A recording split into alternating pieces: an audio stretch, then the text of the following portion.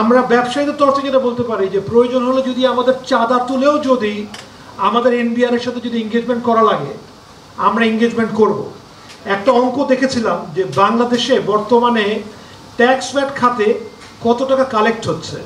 দেখলাম যে 4,80,000 কোটি টাকা বর্তমানে বাংলাদেশে ট্যাক্স ভ্যাট খাতে কালেক্ট হয়।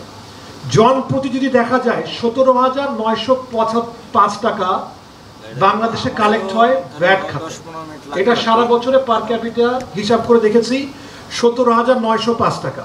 কেবলমাত্র ট্যাক্সের রেট বাড়িয়ে দেশের ট্যাক্সের পরিমাণ বাড়ানোর যে কল্পনাতে দিয়ে আপনারা লিপ্ত হয়েছেন সেই কল্পনা থেকে বেরিয়ে এসে কিভাবে ট্যাক্সকে যুক্তিসঙ্গতভাবে দিয়ে কিভাবে দেশকে এগিয়ে নেওয়া যায় সেভাবে আমরা আপনাদেরকে পরামর্শ প্রদান করব, যেন আগামী দিনে কেবলমাত্র ফরেন ব্যবসা বাংলাদেশে করার জন্য দেশে যেন বিনিয়োগ না আসে, আগামী দিনে যেন বাংলাদেশের ব্যবসা করার জন্য যেন আগামী দিনে বিনিয়োগ আসে।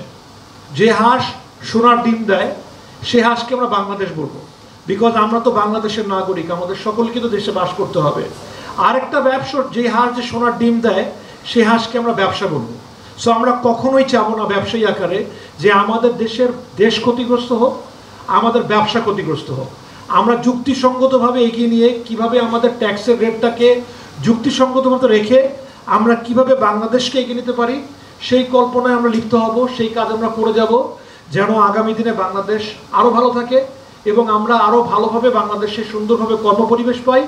সময় এসেছে যে ব্যবসায়ীদের সাথে আরও বেশি এঙ্গেজ করতে হবে সরকারকে, আমাদের সাথে কথা বলতে হবে। যেভাবে আজকে আমরা মোয়াজ্জেম ভাই থেকে শুনতেছিলাম, আমরা মাসরুর ভাই থেকে শুনলাম, সারাব থেকে শুনলাম এবং আমাদের ব্যবসায়ী সবার থেকে যেটা শুনলাম, আমার মনে হয় সময় এসেছে যে যেভাবে অ্যাডহকভাবে ট্যাক্সের রেট, ভ্যাটের রেট, সাপ্লিমেন্টারি ডিউটি রেট যদি না বাড়িয়ে, আমার মনে হয় যেভাবে চলতে দিন।